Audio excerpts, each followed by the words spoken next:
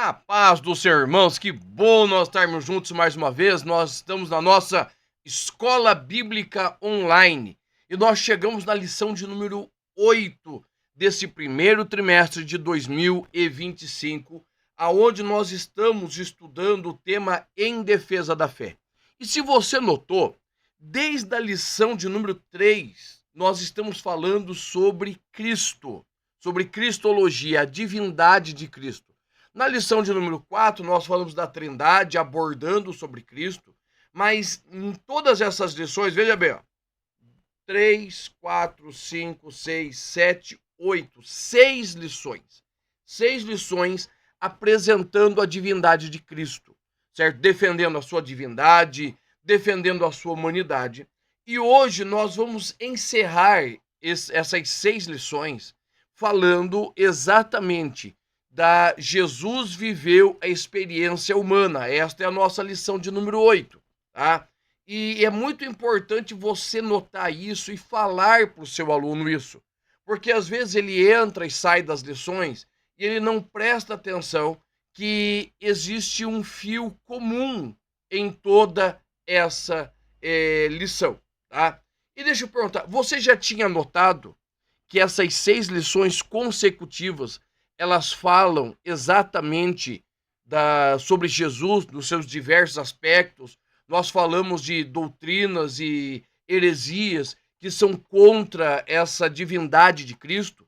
Se você já tinha visto, coloque aqui, tá? Coloque aqui, fale assim, irmão, eu já tinha notado. Não, eu não tinha notado. Outra coisa, não se esqueça, se inscreva no nosso canal, deixe o seu like, tudo isso nos ajuda no engajamento. E fique até o final, que eu tenho certeza que você vai aprender muito e vai ajudar muito a sua classe. Eu tenho aqui um material de apoio que eu sempre preparo, certo? Esse material de apoio é um subsídio doutrinário, certo? É a minha aula, certo? É a aula que eu preparo aqui para, junto com a aula que você preparou, você possa aí ministrar uma aula com excelência. Além de você ter todo o meu rascunho, eu sempre deixo um dicionário teológico, certo? Um dicionário teológico. O que você vai encontrar nesse dicionário teológico? Palavras, expressões em grego, tipo assim, nós vamos falar na nossa lição sobre monotelismo, nós vamos falar sobre apolinarianismo, hipostase. Então, eu sempre deixo a palavra em grego, né, com a forma que se pronuncia, eu deixo uma parte histórica, tudo isso para te ajudar na sua lição. Quer adquirir o nosso material? É de graça, olha só, é de graça. Você só precisa entrar aqui na descrição e você vai ver o link do nosso grupo do WhatsApp, tá bom? E dentro do link, dentro do grupo, você vai ter não somente esse material, certo? Que é muito rico. Olha só, esse daqui dessa semana, ele está com 10 páginas. 10 páginas cheias, você pode ver aqui, certo? Com toda a explicação, tem coisa que eu falo, tem coisa que eu não falo na aula, eu acrescento coisas conforme a aula vai andando, certo? Também eu disponibilizo para você este cardzinho aqui. Este card é da nossa leitura diária. Todo dia tem material novo para você ali, para te ajudar na sua aula. Mas vamos embora, bora que o negócio é a aula em si. Vamos lá. O nosso textuário. O textuário diz assim: e percorria Jesus toda a Galileia, ensinando nas sinagogas, pregando o evangelho do reino e curando todas as enfermidades e moléstias entre o povo. Mateus 4, 23. Tá? Nesse texto, você vai pegar e você vai enfatizar para o seu aluno, certo? Que Jesus era alguém ativo. Ele estava no campo, ele estava na cidade. Somente esse versículo já é suficiente para dizer aonde Jesus estava. Que Jesus não era simplesmente um vulto, um espírito, mas que ele era o Deus encarnado, tá bom? A verdade prática diz assim: O Senhor Jesus Cristo teve uma vida social, amigos, parentes, ele interagia com as pessoas e era conhecido dos vizinhos e moradores de Nazaré, aonde ele vivia. Que até o dia que ele chegou para pregar e os seus vizinhos não acreditavam nele, porque olharam para ele e falaram assim, viu, esse daí não é o Nazareno? Esse não é o carpinteiro? Os irmãos deles não estão aqui conosco? Por quê? Eles viram Jesus crescer. Então, essas doutrinas que nós estamos defendendo, a igreja delas, né, arianismo, nós vamos falar de apolinarianismo aqui, entendeu? Essas doutrinas, o que acontece? Elas não se sustentam diante da simplicidade da palavra, tá? Então, são pontos que você vai mostrando para os seus alunos. Já o nosso primeiro tópico, certo? O nosso primeiro tópico, ele vai falar diretamente do tema, a experiência humana no ministério de Jesus. Dentro da lição de número 8, nesse primeiro subtópico, o pastor Ezequias Soares explica muito bem quem são os fariseus, saduceus e os herodianos. Então, não vou me deter nisso daí. Mas o Jesus, ele vai debater com essas autoridades eclesiásticas, tá? Autoridade religiosa, e em Mateus 23, ele vai ter para nós uma das mais severas repreensões contra os fariseus, tá? Ele vai chamar os fariseus de hipócritas, certo? E guias de cegos, tá? Essa ideia do hipócrites, certo? A palavra hipócrita, né? No grego hipócrites, ele se refere ao ator, certo? Ao ator, que ele vai fingir ser quem não é. Jesus estava falando da ideia de falsidade espiritual, tá? Desse engano espiritual que partia dos fariseus.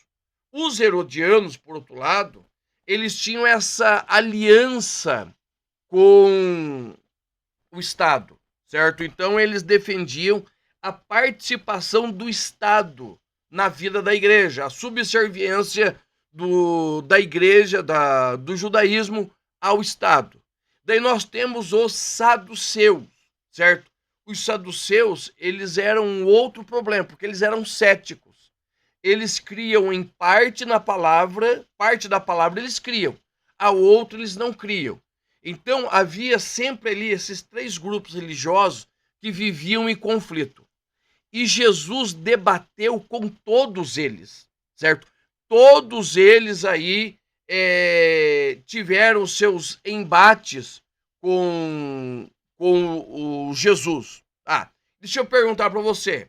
Você já precisou, da mesma forma que Jesus, defender a sua fé? Não estou falando de bate-boca, estou falando de defender a sua fé. Da mesma forma que Jesus fazia. E Jesus fazia tudo isso como? Com a palavra. Essa daqui é minha veinha de guerra. Toda arriscadinha, né? Toda marcada. Por quê? Porque eu uso ela. Então, você já precisou defender a sua fé? Coloca aí uma situação que aconteceu. E isso nós chamamos de apologia, tá? Nós também tivemos apologetas cristãos, vamos pegar, por exemplo, Orígenes, Tertuliano, né, Eusébio de Cesareia, que eles defenderam a autoridade de Cristo nesses debates, argumentando que ele não apenas refutava os líderes religiosos, mas também ele revelava a verdadeira interpretação da lei. Esta abordagem demonstrava que o reino de Deus não foi estabelecido sobre bases humanas, mas sobre a justiça de Deus. Então, todas as vezes que Jesus debateu com os fariseus, herodianos, saduceus, primeiro, a sua vida humana, sua humanidade e a sua divindade estavam presentes, e ele também denunciava a hipocrisia desses líderes religiosos. O segundo subtópico vai falar sobre a vida social e religiosa de Jesus. Sim, Jesus teve uma vida social, uma vida religiosa, ele teve uma vida, tá? E muitas vezes nós deixamos de falar da humanidade de Jesus, nós pregamos a sua divindade. E a humanidade de Jesus ela é importante por quê? Porque se assemelha a nós. Ó, veja bem, Jesus participava de casamento, ele frequentava a igreja, ele frequentava a casa de homens comuns, certo? Ele, por exemplo, ele se assentou-se com publicanos e pecadores, ele se encontrou com a mulher samaritana, que era uma mulher de índole questionáveis. Jesus disse que ela já tinha 6 maridos e o 7º não era dela, ou seja, uma índole meio que não pode ser acreditada, certo? Ou seja, ele não somente viveu uma vida social, mas também ele combateu o que é chamado de hipocrisia, tá? E Jesus vai trazer um tema chamado koinonia, certo? Que é a ideia da comunhão, esta relação de Cristo com as demais pessoas, certo? Esta vivência comum. Um dos grandes problemas hoje da nossa geração é o que nós chamamos de isolamento. Por quê? Porque eles não querem viver a koinonia, eles querem viver o isolamento, eles estão vivendo afastado. E eu não só estou falando de pessoas, eu estou falando o quê? De igreja, certo? Eu estou falando de igrejas que se fecham para a comunidade. A grande expansão do pentecostalismo, principalmente no Brasil, ele se deu a exatamente esse ponto, que a igreja ela não era presa à liturgia do culto, a igreja ia para fora. Isso que gerou o grande crescimento da igreja. Então nós precisamos aprender como Cristo, porque havia um outro grupo religioso na época de Jesus chamado os essênios, certo? Os essênios. E qual era a característica deles? Para não se corromper com o mundo, eles se fecharam numa comunidade, tá? Eles se fecharam numa comunidade. Então eles não tinham nenhum contato externo, mas eles viviam ali fechadinho, tá? O que acontece? Viviam uma vida santa? Sim, mas eles não levavam isso para as outras pessoas. E o subtópico 3 vai demonstrar para nós exatamente essa característica de Jesus, né? Subtópico 3 é assim: características próprias do ser humano, tá? Jesus, como ser humano, o que acontece? Ele experimentou limitações físicas, emocionais. Você vai ver, Mateus 4,2, ele teve fome. João 19:28, ele teve sede. João 4,6, ele estava cansado. João 11:31, ele visitou os seus amigos. Tá? E nós temos uma palavra em grego, certo? Espaglizinomai, certo?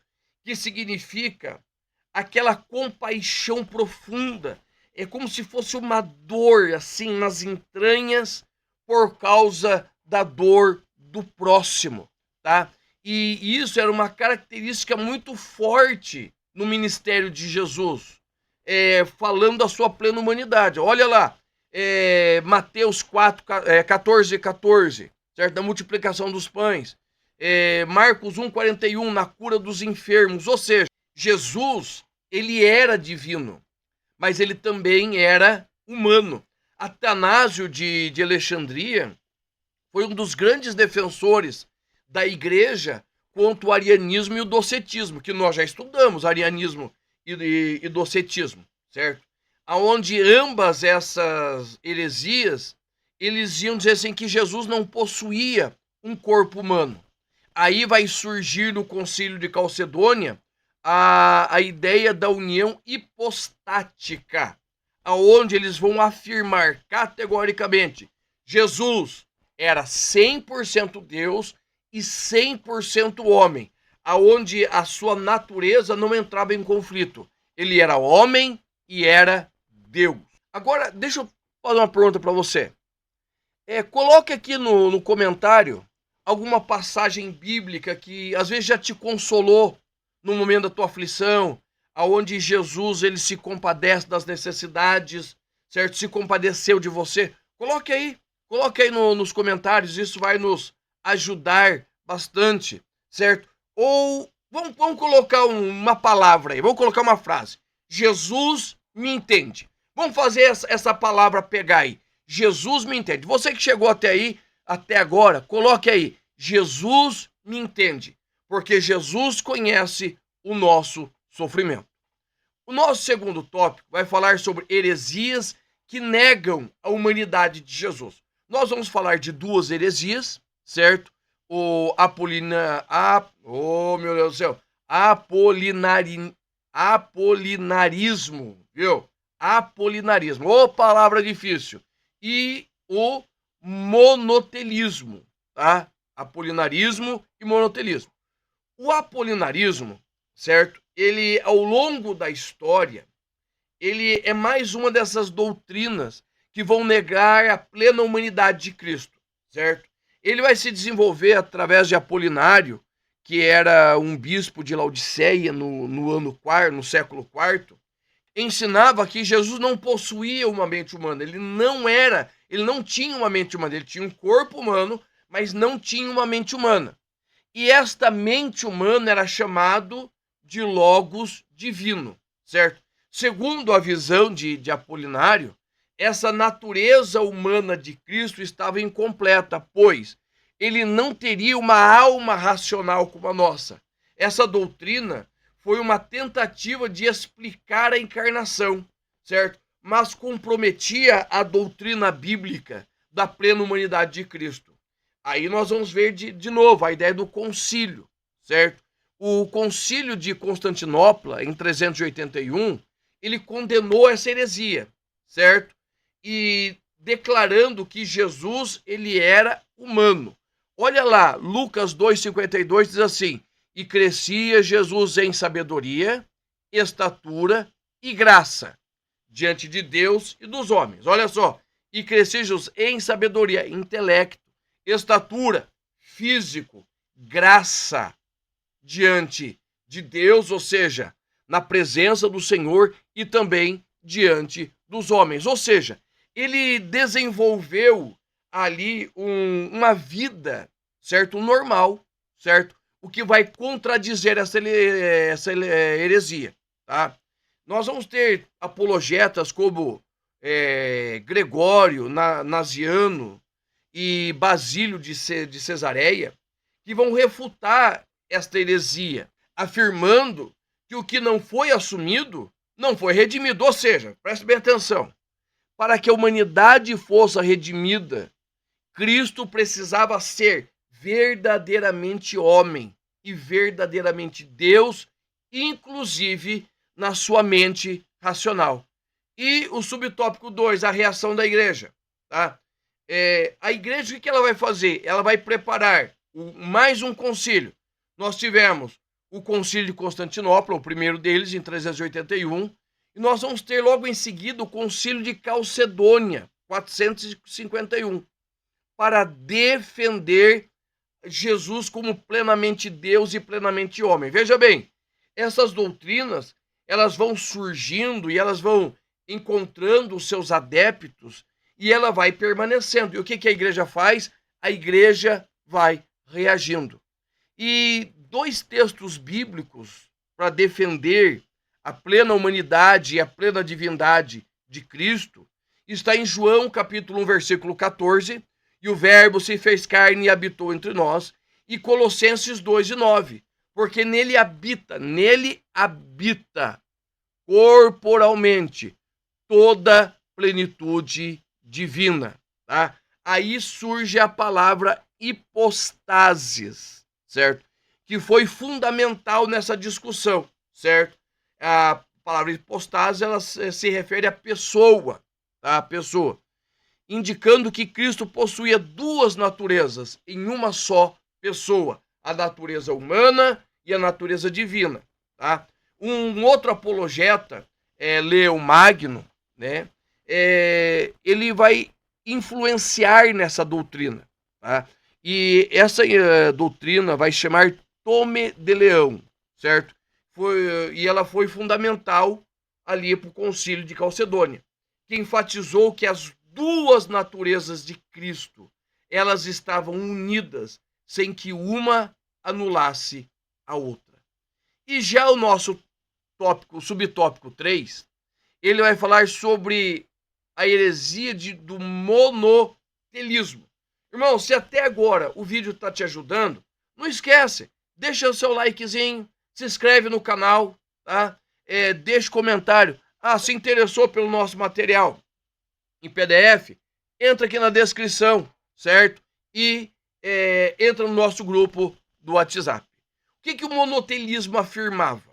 Ele dizia que Jesus possui apenas uma vontade divina, negando a plena humanidade. Tá? Essa doutrina, ela tomou vulto ali no século VI, certo? Em meio a muitas disputas teológicas a respeito da natureza de Cristo, especialmente entre os defensores da ortodoxia calcediana e os monofisistas. Por que isso, irmãos? Porque o ataque contra a pessoa de Cristo sempre foi absurda. A igreja, ela vai passar quase 1000 anos, certo? Defendendo a divindade de Cristo contra o ataque. Por quê? Se você tirou a divindade de Cristo, todo o cristianismo ele perde a razão de ser. Mas então dá para tirar a humanidade? Não. Porque se Jesus não morreu como homem, ele não pôde nos redimir. Se Jesus não veio como Deus, ele não tem poder para ressuscitar. Ou seja, é necessário que tanto a humanidade e a divindade de Cristo estejam juntas. Tá? O ensino bíblico cristão, sério, ele refuta essa heresia, ao mostrar que Jesus ele possuía o quê? Uma vontade humana distinta da divina, certo? Como nós vemos no Getsêmani. No Getsêmani, Jesus vai orar e vai dizer assim: Pai, todas as coisas te são possíveis. Ou seja, Jesus está dizendo que o Senhor pode tudo. Ele vai dizer: afasta de mim esse cálice, contudo, não seja o que eu quero, e sim como o que tu queres. Marcos 14:36. A humanidade de Cristo está falando ali, certo? A humanidade de Cristo está se manifestando. Qual o desejo dele? Que o cálice do sofrimento passe, mas antes que seja a vontade de Deus realizada ali na sua vida. Beleza? Vamos lá para o nosso próximo tópico, o tópico de número 3. E vai dizer assim, ó: como essas heresias se apresentam nos dias atuais. Tá? E esse tópico vai trazer alguns detalhes, certo? Para você entender algumas heresias que surgiram por aí. Tá? Primeiro subtópico: quais países Jesus visitou quando esteve entre nós? Por que esse subtópico é importante? Porque Jesus ele delimita o seu ministério. Mateus 15:24, Jesus vai dizer assim: eu não fui enviado senão as ovelhas perdidas da casa de Israel. Por quê?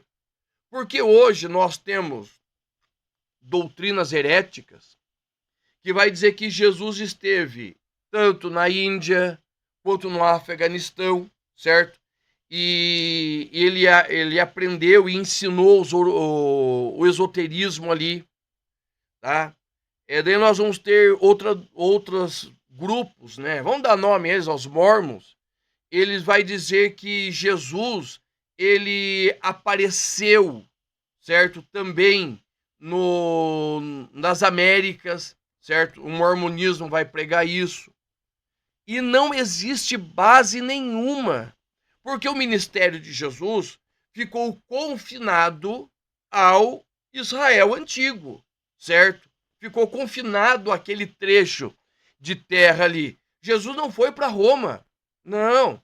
Jesus não foi para Babilônia, não. Jesus ficou ali, mais ou menos no território de Israel, que pertenceu ao tempo do rei Davi, certo?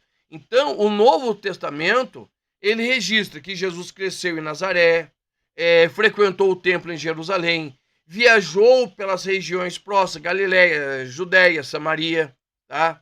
Então, nós temos um termo em grego, né, que é pericopatel, que é andar em redor, que indica exatamente que Jesus permaneceu dentro dos limites de Israel, tá? Eusébio de Cesareia, né, que foi um dos primeiros historiadores cristãos, ele vai declarar que Jesus não saiu, preste bem, ele não saiu dessas regiões, tá? E como a gente não tem evidências concretas dessas viagens para fora dessas delimitações, todo ensinamento com base nesses textos são considerados falsos, tá? Então, irmãos, nós precisamos ter isso em mente. Por quê? Porque muita coisa está sendo ensinada, muita coisa está sendo pregada por aí. Se alguém falar para você, não, Jesus esteve nas Américas. Não, Jesus nunca esteve nas Américas, certo? O ministério de Jesus esteve confinado ao território aonde Davi ele reinou, ok? E o segundo subtópico diz assim: Jesus era visto como alguém da comunidade. Agora preste atenção nisso, certo?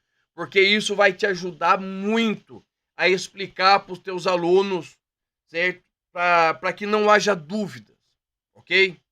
Ó, Jesus, ele é visto, ele é apresentado em situações cotidianas, certo? Você vê Jesus na casa das pessoas, você vê Jesus no templo, você vê Jesus assentado ensinando. E Jesus, na maioria do tempo, Jesus está rodeado de pessoas. Jesus entra no barco, vão atrás. Jesus está na praia, vão atrás. Ou seja, Jesus ele é cercado por pessoas. Tá? A Bíblia ela vai nos mostrar que Jesus era um homem dentro da comunidade. Como que ele era conhecido? Como filho do carpinteiro. José, seu pai, era carpinteiro. Com certeza, Jesus fez muitos móveis com seu pai. Depois do falecimento de José, Jesus continuou como carpinteiro. E a ideia de carpinteiro lá era alguém que trabalhava com madeira e com pedra, tá? Então Jesus tinha o quê? Ele tinha uma vida comum, certo? A palavra carpinteiro ali é tecton, certo? Alguém que trabalha com pedra e madeira, certo? Que tem habilidade. Ou seja, Jesus exerceu uma vida pública. Ele tinha uma vida, uma profissão. Todos iam, negociavam, falavam com ele. Tá? E Jesus, ele não apenas trabalhava no meio da comunidade, mas ele frequentava a sinagoga. Tá? Veja bem, Jesus foi instruído na lei. Jesus passou por todos os ritos, circuncisão aos 8 dias, o bar mitzvah, que ele vai ser declarado adulto aos 12 anos. Ou seja, ele tem uma vida, né, de trabalho, ele tem uma vida social, religiosa, ele tem uma vida social, ele vai estar na casa dos coletores de impostos, ele vai visitar amigos, tá? E isso irmãos, isso é muito importante. Por quê? Porque isso vai dizer que Jesus viveu como eu vivi, como você viveu. E nós também podemos viver como ele.